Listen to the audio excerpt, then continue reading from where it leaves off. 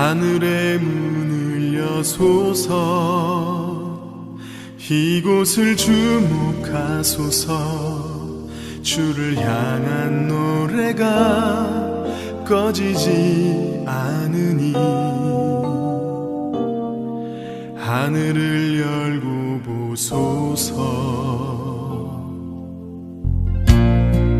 이곳에 임재하소서 주님을 기다립니다. 기도의 향기가 하늘에 닿으니 주여 임재하여 주소서 이곳에 오셔서 이곳에 앉으소서 이곳에서 예배를 받으소서 주님의 이름이 주님의 이름만이 오직 주의 이름만 이곳에 있습니다.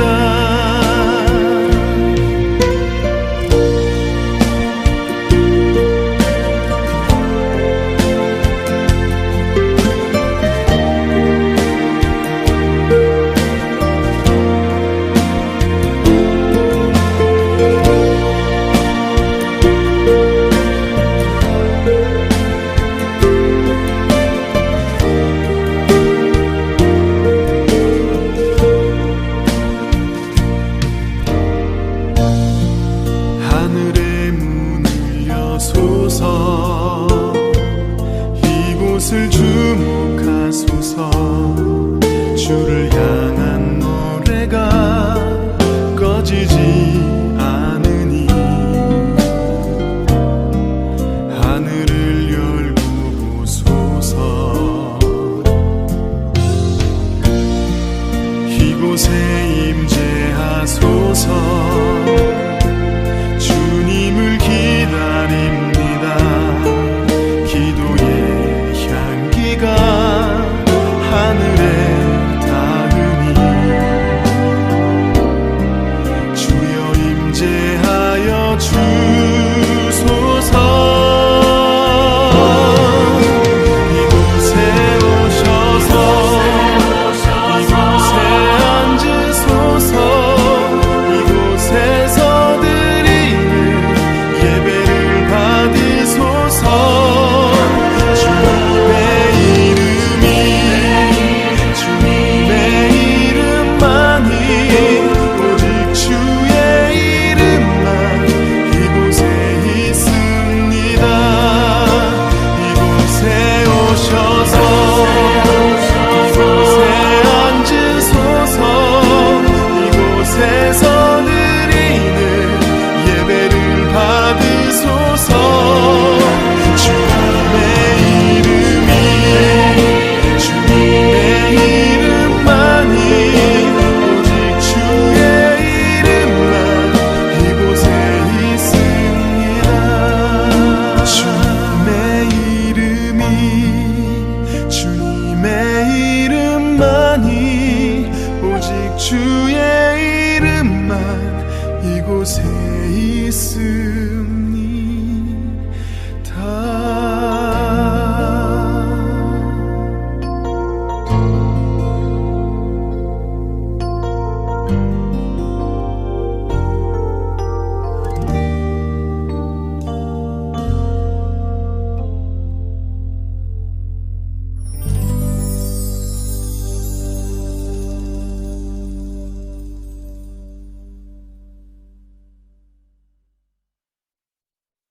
주께 가까이 날 이끄소서 간절히 주님만을 원합니다. 채워주소서 주의 사랑을 진정한 찬양 드릴 수 있도록 주께 가까이 날 이끄소서 간절히 간절히 주님만을 원합니다. 채워주소서 주의 사랑을 진정한 찬양 드릴 수 있도록 목마른 나의 영혼 주를 부르니 나의 맘 만져 주소서. 주님만을 원합니다. 더 원합니다. 나의 맘 만져 주소서.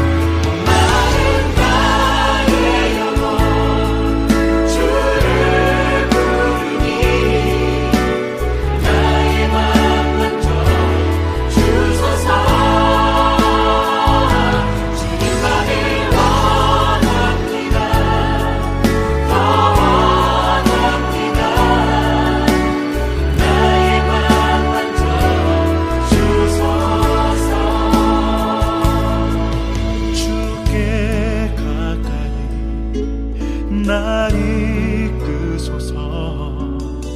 간절히 주님만을 원합니다. 채워주소서 주의 사랑을 진정한 찬양 드릴 수 있도록.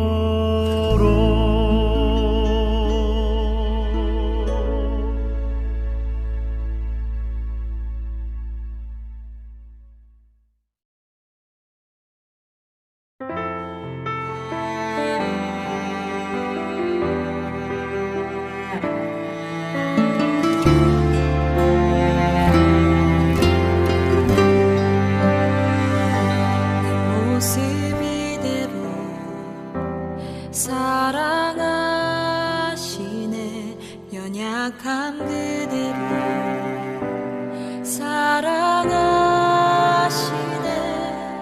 나의 모든 발걸음 주가 하시나니 날 인도하소서 내 모습 이대로 사랑하시네 연약함 그대로 사랑하시네 나의 모든 발걸음 주가 하시나니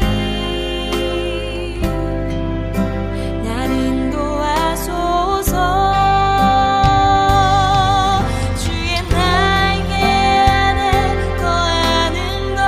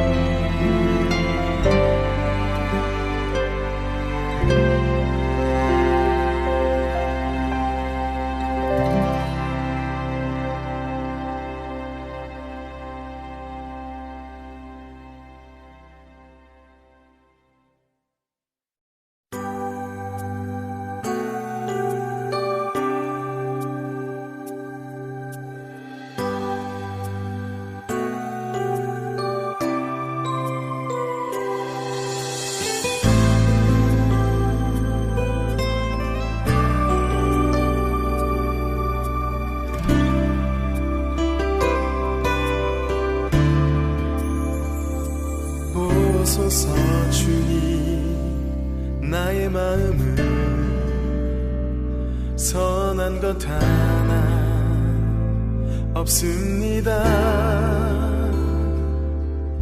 그러나 내 모든 것 주께 드립니다. 사랑으로 안으시고 날 새롭게 하소서. 주님 마음 내게 주소서. 내 아버지 주님 마음 내게 주소서. 나를 향하신 주님의 뜻이 이루어지도록 주님 마음 내게 주소서. 오소서. 주님 나의 마음은 선한 것 하나 없습니다. 그러나 내 모든 것 주께 드립니다. 사랑으로 안으시고 날 새롭게 하소서. 주님 마음 내게 주소서. 내 아버지. 내 교회 조경호 목사입니다. 오늘부터 9시간 동안 데살로니가 전후서를 함께 공부하며 하나님의 은혜를 나누고자 합니다. 데살로니가 전후서의 전체 주제는 세 개의 기둥을 가진 교회라고 말할 수 있습니다. D3 평신도 사역 훈련원 보고서에 의하면 2017년도부터 한국 교회가 한 해에 3,000개씩 문을 닫는다고 보고되고 있습니다. 3,000개면 한국 교회 전체의 5%가 문을 닫는 겁니다.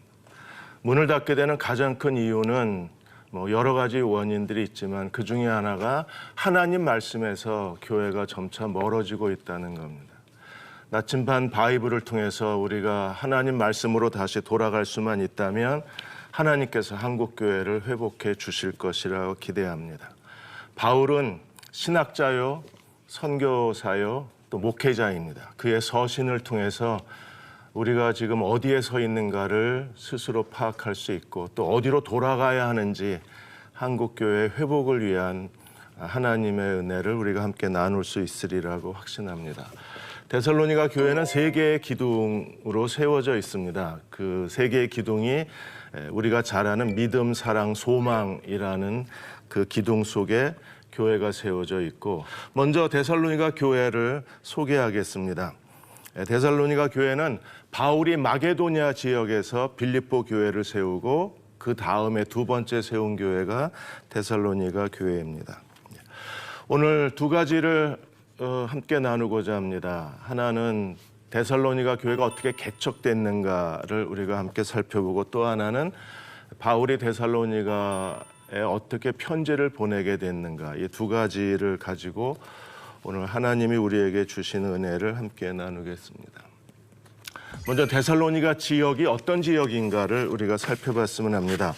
바울이 2차 선교 여행을 준비하고 있었을 때 마게도냐인의 환상을 봅니다. 그리고 마게도냐인이 그 환상 중에 건너와서 우리를 도우라.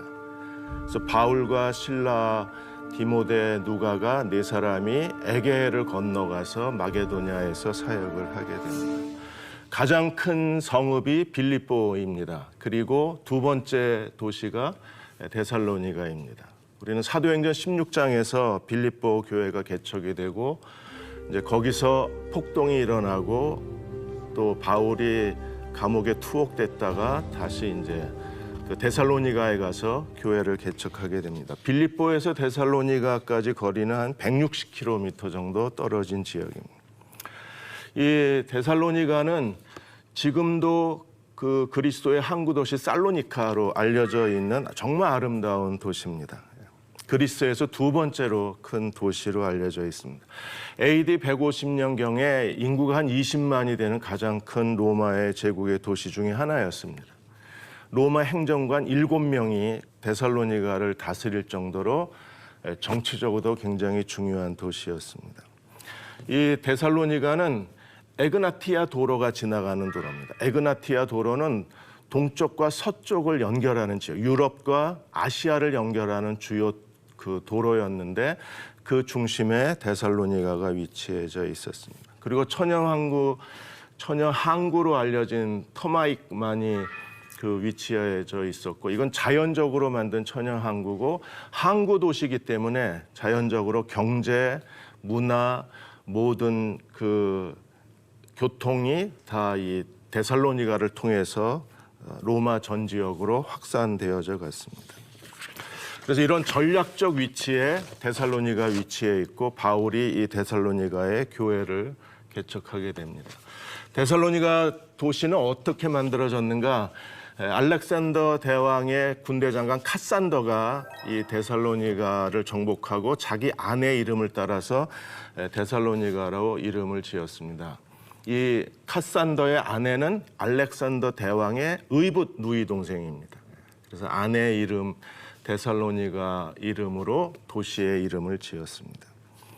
데살로니가는 로마 마게도냐 전체 주의 수도로 알려져 있고, 그러니까 가장 큰 성이 빌립보서라면 마게도냐 주의 수도는 데살로니가입니다. 신학자 라이트푸트는 말하기를 마게도냐 전체의 관문으로서 데살로니가는 중요하다고 얘기했습니다. 어쩌면 로마 제국의 수도가 될 뻔했던 도시 중에 하나가 이 데살로니가입니다. 왜냐하면 이 마게도냐 데살로니가를 통해서 유럽과 아시아가 연결되는 다리 역할을 하고 있었기 때문에 로마의 모든 정치, 경제, 교육, 문화, 종교의 중심지 중에 하나가 데살로니가였었습니다. 자, 이제 데살로니가 교회가 어떻게 개척이 되고 시작되었는가를 살펴보겠습니다. 먼저 사도행전 17장 1절에서 4절까지 데살로니가 교회가 개척된 배경에 대해서 설명을 합니다. 하나님은 마게도냐로 건너와서 우리를 도우라, 데살로니가 인해 환상을 보여주시고 이제 유럽 선교를 시작하셨는데, 이미 바울이 2차 전도 여행을 시작하기 전에 하나님께서 모든 것을 다 여호와 일에 준비해 놓으셨어요. 그래서 세 가지 중요한 하나님의 준비가 있습니다. 그 첫째가 로마의 정치적 안정입니다. 팍스 로마나. 이 팍스 로마나는 로마가 통치하는 동안에 전 세계가 평화를 누린다는 그 정치적 슬로건이었는데, 로마가 정복한 아시아, 아프리카가 가장 안정적인 시기가 바로 1세기에서 2세기 이 사도행전의 시기였어요. 이 정치적 안정을 따라서 이 로마가 아시아, 아프리카, 유럽을 통치했기 때문에 복음이 아시아와 유럽으로 퍼져나가는데 아주 유리한 환경적 조건을 하나님이 준비해 놓으셨어요. 두 번째가 우리가 잘 아는 대로 로마의 도로입니다. 로마를 중심으로 해서 12개 도로가 전 세계 유럽과 아시아로 뻗어나가요. 그리고 12개의 주요 도로에서 375개의 간선도로가 뻗어나갑니다.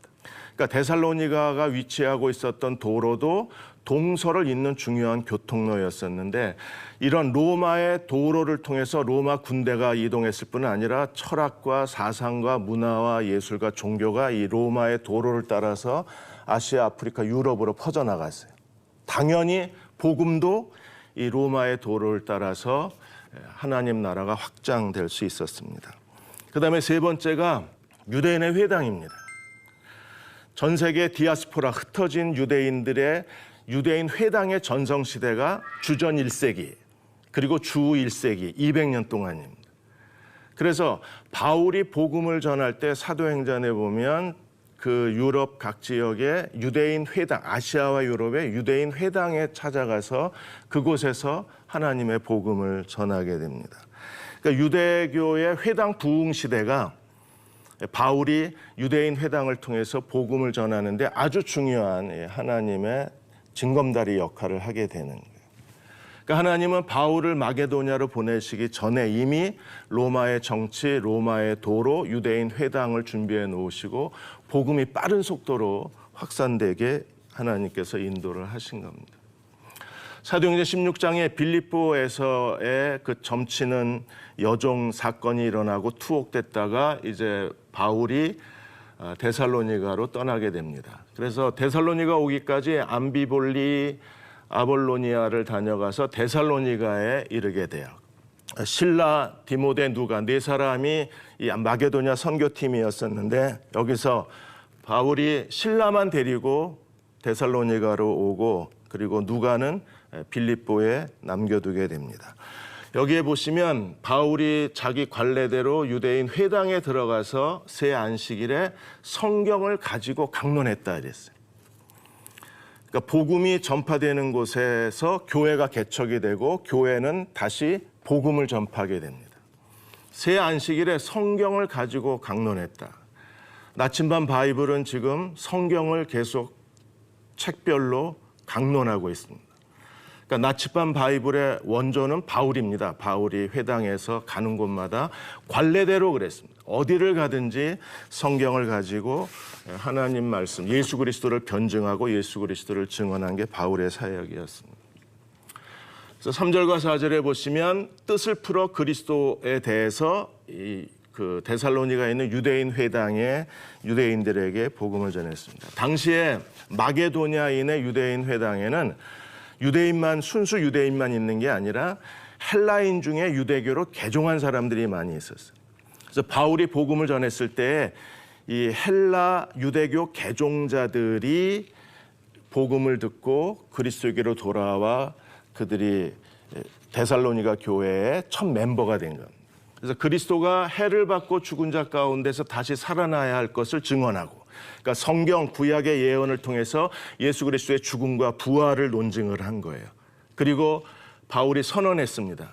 우리가 너에게 전하는 이 예수가 바로 그리스도이시다. 하나님이 구약에 약속하신 메시아이심을 선언했어요. 그리고 마침내 구약의 예언이 예수 그리스도를 통해서 성취되었음을 확증을 했습니다. 그 바울의 복음을 듣고 어떤 사람들, 경건한 헬라인, 이게 유대교로 개종한 헬라인입니다. 그리고 큰 무리, 적지 않은 귀부인들도 권함을 받고 바울과 실라를 따르기 시작했습니다. 불과 새 안식일에 일어난 일입니다. 그러니까 바울이 데살로니가에 새 안식일만 있었다는 건 아닙니다. 새 안식일 동안 회당에서 성경을 강론해서 그리스도를 증거했다는 거예요. 아마 몇 달간 데살로니가에 머물렀을지도 모릅니다. 이 일이 있고 나서 데살로니가 교회가 시작이 되고 바로 데살로니가 교회에 박해가 일어납니다. 그래서 유대인들이 바울이 예수님을 전하는 것을 시기해서 그들이 시기할 수밖에 없습니다. 왜냐하면 너희가 죽인 예수를 하나님이 다시 살리셨다. 이게 바울의 복음이었기 때문에 유대인들은 시기심과 분노로 인해서 불량한 사람들을 데리고 바울이 머물고 있던 야손의 집을 습격을 합니다. 근데 이미 바울과 실라는 거기에 없었죠. 그래서 야손과 형제들을 끌고 읍장이 바로 그 로마에서 파견한 치안 판사입니다. 7명의 치안 판사가 데살로니가를 지배하고 있었습니다. 거기에 가서 그들이 정치적 죄목을 씌워요. 천하를 어지럽게 하는 사람들이 여기도 왔다. 그리고 그들의 죄목을 가이사의 명을 거역해서 다른 왕 예수 그리스도를 증거하고 있다고 그들이 고발을 했습니다. 그때나 지금이나 가짜 뉴스로 인해서 성은 소동하고 사람들은 가짜 뉴스에 속을 수밖에 없는 상황이 돼요. 그래서 야손과 나머지 사람들은 보석금을 받고 풀려났고 그 밤에 형제들이 바울과 실라를 베레아로 보내서 베레아에서 안식일에 복음을 전하게 됐습니다. 그러니까 사도행전은 복음이 전파되고 교회가 개척이 되고 다시 박해가 오면서 바울은 또 다른 지역에 가서 하나님의 복음을 전하게 됩니다. 지금도 전 세계적으로 계속 교회에 대한 박해는 멈추지 않고 있습니다. 오픈도어 선교회 보고에 의하면 2016년도에 그리스도를 믿는 믿음으로 신앙으로 인해서 순교당한 사람이 9만 명입니다. 6분의 1명의 사람이 순교를 당하는 거예요. 2005년에서 2015년 사이에 신앙 때문에 순교당한 사람들이 무려 90만 명이 넘습니다. 복음은 박해를 받으면서 빠르게 확산되고 있고 또 복음이 증거되는 곳에 하나님은 또 다른 교회를 개척하고 계셨습니다.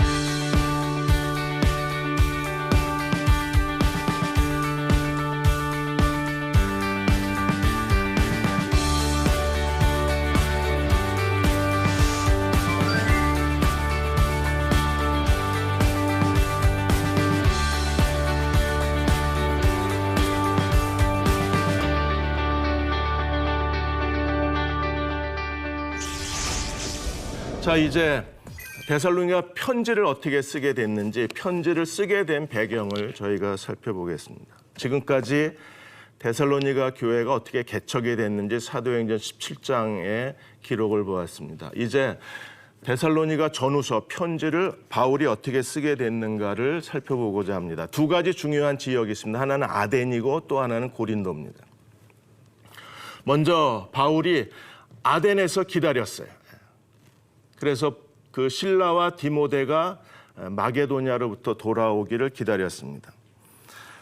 바울이 베레아에서 아덴으로 넘어가면서 그 실라와 디모데가 합류하게 됐는데, 아마 디모데는 그 데살로니가 교회로 보내고, 그리고 실라는 빌립보 교회로 보냈을 겁니다. 그래서 실라는 빌립보 교회 소식을 가져왔고 디모데는 데살로니가 교회의 소식을 가져와서 이제 바울이 그 교회를 서둘러 떠났지만 바울의 마음속에는 빌립보 교회에 대한 염려, 데살로니가 교회에 대한 염려가 끊이질 않았던 거예요. 그래서 그 실라와 디모데를 데살로니가와 빌립보에 보냈다가 다시 아덴에서 그 사람들을 보내고, 그리고 마게도냐에서 들어왔을 때 그 소식을 듣게 됩니다. 그래서 고린도에서 바울과 실라, 디모데가 다시 합류하게 돼요. 데살로니가전서 3장 6절에 보시면, 지금은 디모데가 너희에게로부터 와서 너희 믿음과 사랑의 기쁜 소식을 우리에게 전하고. 그러니까 바울이 얼마나 안심이 되고 위로가 됐을까를 짐작할 수 있습니다. 불과 3번의 안식일의 성경 강론, 그리고 경건한 많은 헬라인들이 큰 무리가 주님께로 돌아오고 귀부인들이 돌아와서 데살로니가 교회가 시작이 됐는데, 그 유대인들의 시기한 유대인들을 사람들과 분노한 유대인들이 불량배를 데리고 야손의 집을 습격함으로 그가 서둘러 떠나야 했었지만, 그러나 바울은 그들에 대한 애정과 그들에 대한 염려와 그들에 대한 그 간절함이 그대로 묻어나는 장면이 바로 이 데살로니가서 3장 6절입니다. 디모데를 통해서 믿음과 사랑의 기쁜 소식을 들었다. 그리고 너희가 항상 우리를 잘 생각하고 있다. 오해받을 수 있는 상황이었는데 잘 생각하고 있다. 또 너희가 간절히 우리가 너희를 보고 싶어하는 것처럼 너희도 보고 싶어한다는 이야기를 바울이 듣게 됩니다. 그래서 이 고린도에 2년 동안 바울이 머물렀는데, 고린도에서 데살로니가 전서를 써서 보내요. 그리고 그들에게 다시 소식이 오고 바울은 그들에게 다시 데살로니가 후서를 기록하게 됩니다. 그러므로 데살로니가 전후서는 그 바울이 데살로니가에 대한 깊은 애정 속에서 쓰여진 서신이라고 말할 수 있습니다. 데살로니가 전서에 아주 중요한 핵심 내용이 있습니다. 여기에 믿음과 사랑과 소망이라는 말이 나와. 1장에서 보시면 너희 믿음의 수고, 믿음의 역사, 사랑의 수고, 소망의 인내.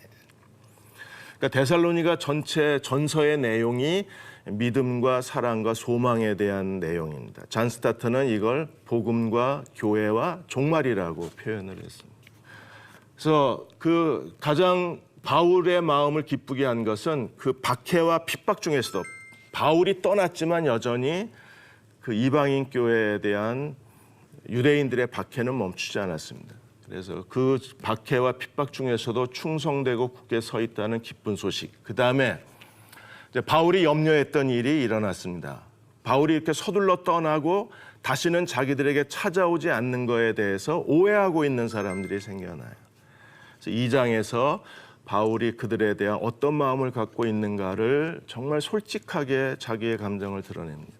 그리고 데살로니가 교회가 주의 재림과 종말에 대해서 잘못된 그 생각과 지식을 갖고 있는 것에 대해서 바울이 4장과 5장에서 그리고 데살로니가 후서에서 종말에 대한 교훈을 그들에게 주고 있습니다. 그래서 후서는 1장에서 3장까지 전부 그리스도의 재림에 대해서 얘기하고 있어요. 그래서 1장에서 그리스도의 재림 때 어떤 일이 일어나고, 2장에서 반드시 적그리스도가 먼저 반역을 해야 하고, 3장에서 종말을 기다리는 사람들은 어떤 거룩의 윤리를 갖고 살아야 되는가를 데살로니가 후서에서 가르치고 있습니다. 그래서 데살로니가 후서는 데살로니가 교회가 처해 있던 세 가지 어려움에 대해서 그들을 격려하고 권면을 합니다. 하나는 박해가 너무 심했어요. 그래서 1장에서 그 박해를 통해서 하나님이 어떤 일을 하시고 또 하나님이 그들을 위로해 주시기를 진심으로 권면하고 있습니다. 그 다음에 종말의 이 교리에 반드시 예수님도 경고하고 성경이 경고하고 있는 게 거짓 선지자, 거짓 교사들의 위험입니다. 근데 데살로니가에도 이미 종말에 대한 거짓 교사들이 등장을 한 거예요. 그래서 바울이 데살로니가 교회에 거짓 교사들에 대해서 주의하라고 경고하고 있습니다. 그리고 종말론을 잘못 해석해서 일부 사람들이 직업을 버리고 가족을 버리고 이제 그리스도의 종말을 기다린다는 이유로 삶의 게으름에 빠진 겁니다. 이러한 나태한 삶에 대해서 데살로니가 후서에서 바울이 권면을 하고 있습니다. 이제 1장에서 데살로니가 교회가 어떻게 개척이 되고 그리고 데살로니가 서신을 어떻게 쓰게 됐는가를 우리가 보았습니다. 여기서 교회 개척과 서신을 통해서 우리가 적용해야 될 중요한 하나님의 교훈이 있어요. 그 첫째가 유대인의 이 지속적이고 끈질긴 박해가 오히려 하나님 나라 확장하는 데 굉장히 중요한 하나님의 표적이 됐다는 것. 그리스도인의 삶에서도 마찬가지입니다. 왜 하나님이 그리스도인에게 삶의 고난을 허락하시는가? 왜 하나님께 충성된 사람들에게 더 큰 어려움이 오는 이유는 어디에 있는가? 유대인의 박해가 사도행전의 마게도냐 2차 전도 여행을 아주 강한 하나님의 손으로 밀고 가게 했습니다. 오늘도 하나님을 경외하는 그리스도인들이 똑같은 어려움을 겪게 됩니다. 잘 아시는 것처럼 김동호 목사님도 폐암 암 수술을 받으시고 몇 주 전에 그 암 환자들을 한 200여 명 초대해서 그들을 위한 치유 집회를 여셨어요. 김동호 목사님도 거기서 그 암 환자들에게 이런 얘기를 하셨습니다. 왜 내가 암이 걸려야 하지? 그렇게 생각하다가 생각을 바꾸셨대요. 왜 나는 암에 걸리면 안 되나? 그리고 하나님이 이 허락하신 이 고난을 통해서 자기가 마지막까지 품위 있게 죽음을 맞이하고 싶다. 그래서 하나님이 내게 주신 이 시련을 가지고 우리가 끝까지 하나님 앞에 품위를 잃어버리지 않고 하나님과 동행하고 싶다고 그런 마음을 밝히셨습니다. 그런 것처럼 우리가 데살로니가 교회의 개척, 마게도냐 두 번째 교회, 빌립보 교회에서도 박해가 일어나서 데살로니가로 피신하게 되고 데살로니가에서 다시 박해가 일어나서 베레아로 피신하게 됩니다. 두 번째로 우리가 오늘 교회 개척과 이 서신을 통해서 배울 수 있는 것이 복음의 핵심 진리를 담고 있습니다. 그러니까 데살로니가 전후서를 모든 그리스도인이 반드시 알아야 될 가장 중요한 이유는 복음이 무엇인가에 대한 핵심 진리가 데살로니가 전후서에 있어요. 그리고 우리가 어떻게 하나님을 섬겨야 되는가에 대한 아주 중요한 그리스도인의 제자도의 영성이 데살로니가 전후서에 있습니다. 잔 스타트가 온전한 그리스도인이라는 책에서 그리스도의 제자도에 대해서 설명을 했습니다. 그분이 1980년에 전 세계의 의과 대학생들을 모아놓고 영국에서 온전한 그리스도인, 그리스도의 제자도 5가지에 대해서 설명을 했습니다. 그 5가지 제자도가 데살로니가 전후서에 담겨져 있습니다. 오늘 우리가 데살로니가 전후서를 공부를 통해서 그리스도의 제자는 어떤 사람이어야 되는가를 우리가 함께 나눌 수 있기를 기대합니다. 마지막으로 세 번째, 데살로니가 전후서를 통해서 지금 한국 교회는 쇠퇴기에 접어들었습니다. 모든 교회마다 지금 분열과 다툼과 어려움을 겪고 있습니다. 교회 전도는 멈추고 교회 성장은 멈췄습니다. 문 닫는 교회들이 늘어나고 있습니다. 이러한 시대에서 우리가 해야 될 일이 무엇인가? 다시 교회의 영성을 되찾아야 합니다. 그 교회의 영성을 되찾는 데에 중요한 도구 중에 하나가 데살로니가 전후서입니다. 왜냐하면 데살로니가서 1장에 바울이 새 안식일에 하나님의 복음을 전하고 예수 그리스도를 전했는데 그 새 안식일 만에 경건한 큰 무리가 주님께로 돌아오고 그리고 적지 않은 귀부인들이 주님께로 돌아오는 놀라운 일이 그 안에 일어나고 바울이 떠났음에도 불구하고 하나님 말씀이 교회 안에 살아있었어요. 지금 우리가 기대하는 것은 다시 이런 일들이 한국교회 안에 일어나기를 기대합니다. 나침반 바이블 데살로니가 전후서를 공부할 때 온 가족이 함께 TV 앞에 앉으십시오. 그리고 성경을 펴십시오. 그리고 함께 하나님 말씀을 나누어 주십시오. 하나님이 우리 개인의 신앙뿐 아니라 우리 가정과 또 한국교회의 영성을 회복하시는 중요한 하나님의 기회로 삼아 주실 것을 믿습니다. 네, 첫 번째 강의를 마무리하겠습니다. 그리고 다음 시간에는 데살로니가 전서 1장을 가지고 믿음의 역사가 무엇인가를 함께 나누고자 합니다. 함께 말씀 나눠주신 시청